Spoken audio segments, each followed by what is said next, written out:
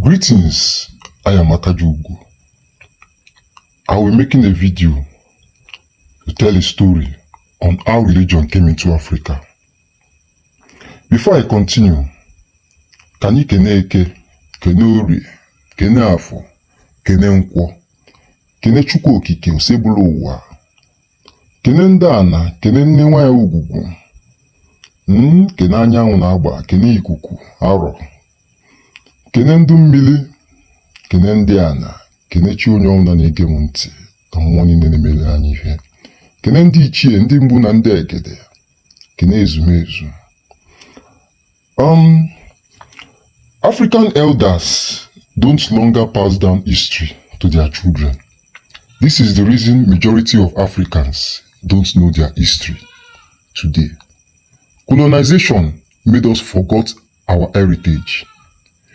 The 21st century generation of Black Africans see Christianity as the true religion that will lead them to salvation. They believed that Christianity came into existence in Africa through peace evangelism, but this is a false statement. In this story, I will expose the evil of Christianity and its barbarism in Africa, starting from the mid-15th century. Therefore, open your mind and listen attentively with understanding. And if you doubt anything, make the research yourself. Importantly, it is knowledgeable to know that Christianity came to Africa through the ship of slave trade during the transatlantic slave trade called Jesus of Lumberg, or the Good Ship of Jesus. That is the name of the ship. The slave ship they use in the transatlantic slave trade is called the Good Ship Jesus. But before looking into the transatlantic slave trade, it will be imperative to briefly look into the Muslim-Arab slave trade, which was the first slave trade that penetrated into Africa. The Muslim-Arab slave trade have already started in Africa over 700 years ago, before the European transatlantic slave trade. This slave trade started when the Arabs first invaded the North Africa in the 7th century AD. The Arab first entry points into Africa was through Egypt. An Arab military general named General Amir Abel Las invaded Egypt in December 639 AD with only 4,000 soldiers. Amir successfully conquered Egypt and went ahead and conquered other places such as Tunisia and western Libya.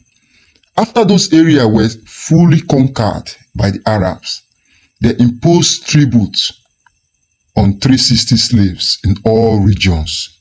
They occupied and controlled that region.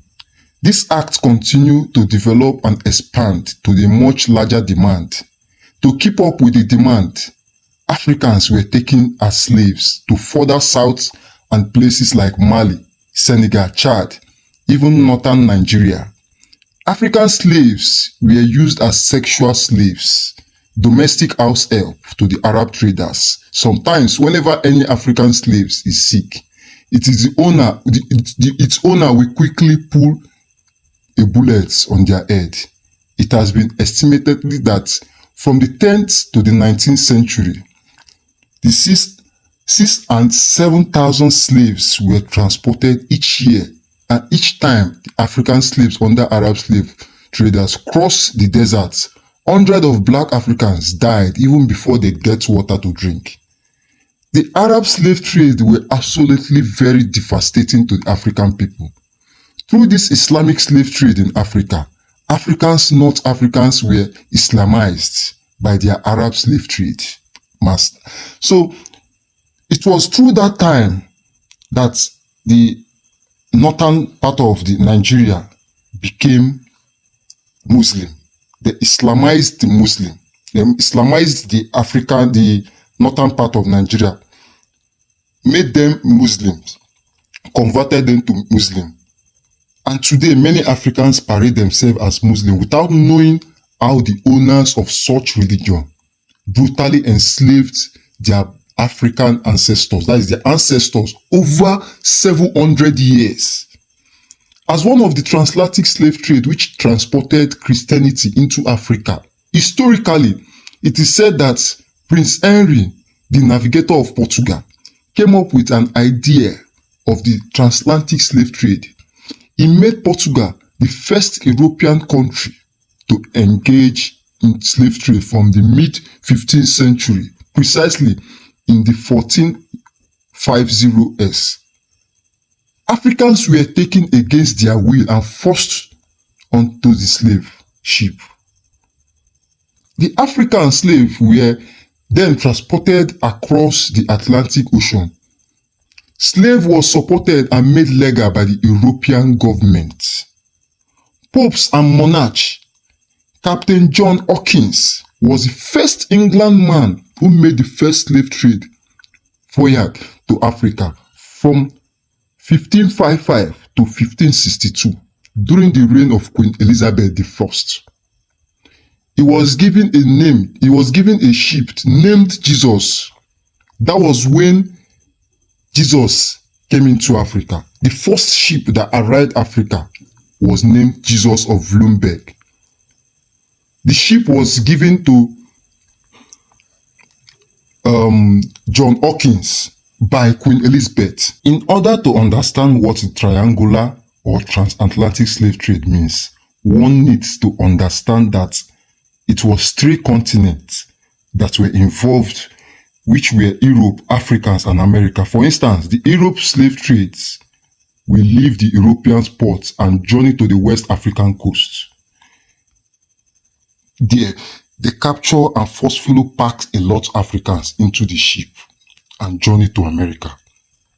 When they get to America, those Africans who survived the journey will be sold out to build the American plantation and industry, and the ship will go back to Europe with goods such as sugar, coffee, tobacco, rice, cotton, which were all produced by African slaves in America. Africans had suffered. They made all these things in America. American is built by our ancestors' sweat. This was what is described as the triangular and transatlantic slave trade. Millions of Africans were sold against their will and were sold to work brutally in American and Europe plantation. For instance, in 1555, under the name of Christianity, John Hawkins, who is also an English Christian missionary, arrived in Africa, precisely Sierra Leone. When he arrived, the innocent African people were engaging in their traditional ceremony. In the process of relating with them, he started preaching about Jesus Christ and Christianity and was able to sweet talk them. This was how he deceived them. And this is the same person that has been buying slaves, that has been enslaving people and be taking them to and be selling them to Americans, Portuguese.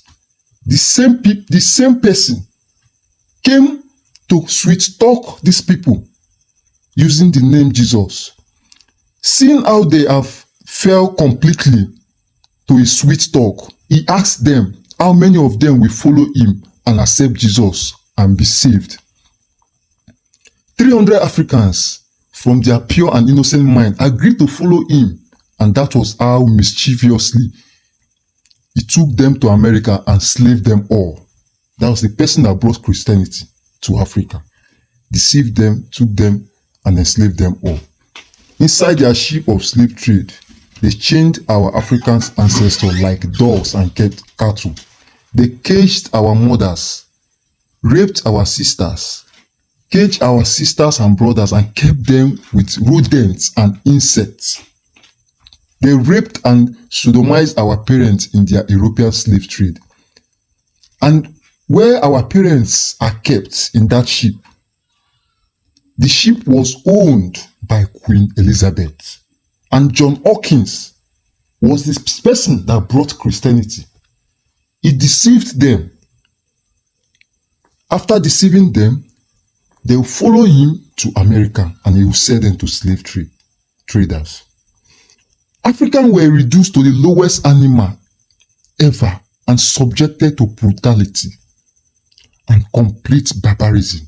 African ancestors died mysteriously. They died like okoko. Many of them could not survive in the ship due to hunger, and many of them were ill, and no medicine was provided for them. History recorded that over 10 million Africans were drawn to death by the European slave masters during this transatlantic slave trade. Okwando Weteru Nuka. Millennia to your great-grandfathers. The European people are vampires. They are blood-sucking people. They killed a lot of Africans.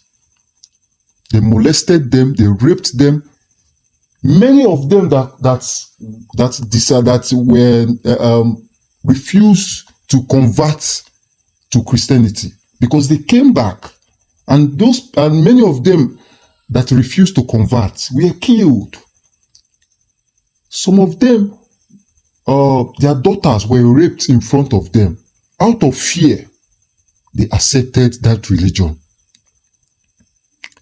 Now,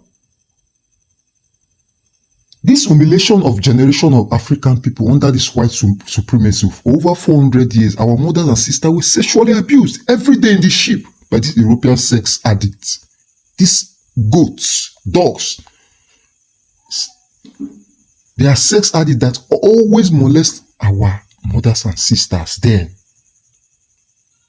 The Sodom of Gomorrah written in that Bible were done by these slave traders.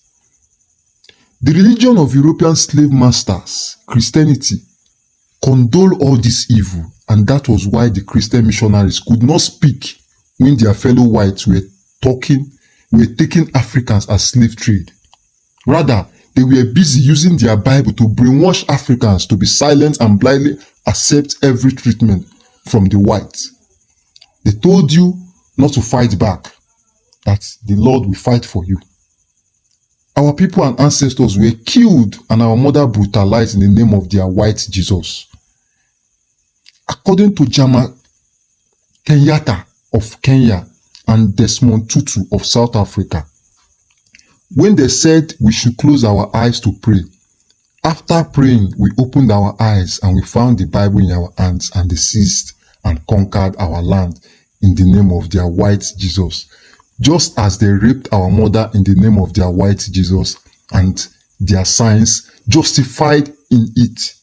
We were caged and butchered like meat to be used for their scientific experiments in Europe and America. In 1517, a Catholic priest named Bartholomew de Las Casas advised the European kings, queens, and church papacy to use the black African slave in Africa. This was how the black Africans were transported to America as slaves to work in the American plantation.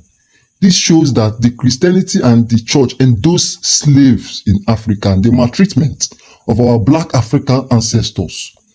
We Africans must know our history and background. A people who do not know their history are programmed to go into extinction.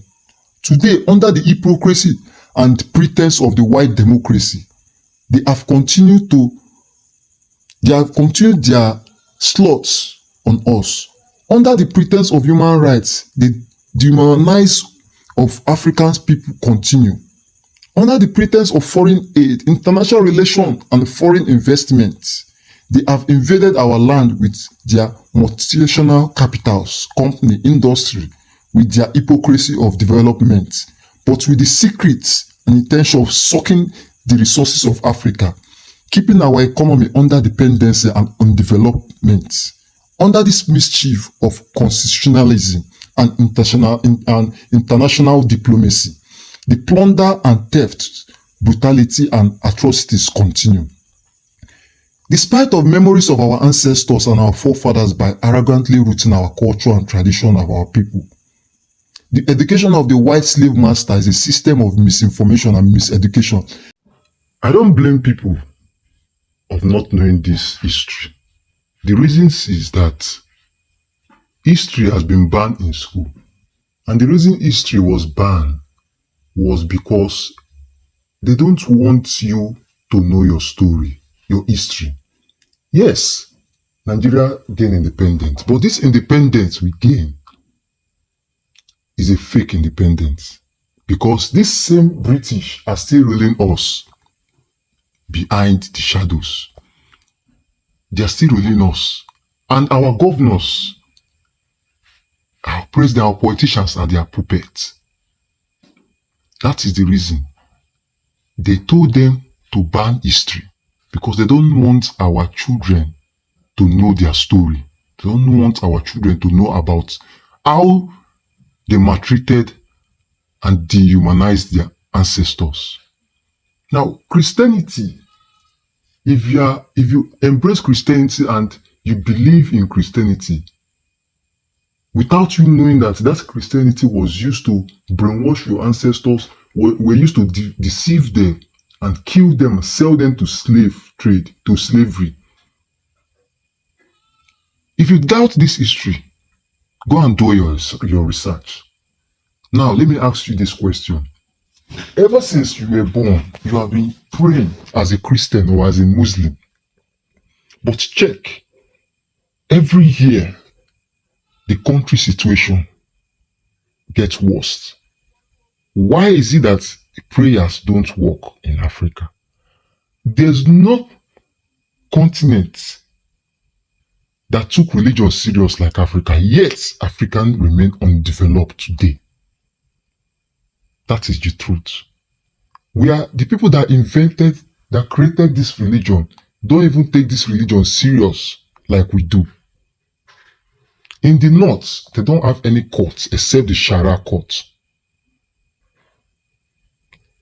Now, the Igbos destroyed all their ancestral shrines. What is happening in Igbo land today? They are being marginalized in Nigeria. Did you know that the Igbos were the first human to roam this earth? That's why they call themselves Igbos. And Igbo, the ancient ones.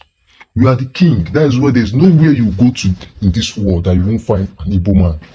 Anywhere you won't find anywhere that an Igbo man is not present. That place is a place that is a place that you can't do business. A place that you can't make money because Igbo people are gifted when it comes to business. Now, but we are being marginalized in the world. The reasons because we are the head, we are the issue. And that is why we are the ones suffering most.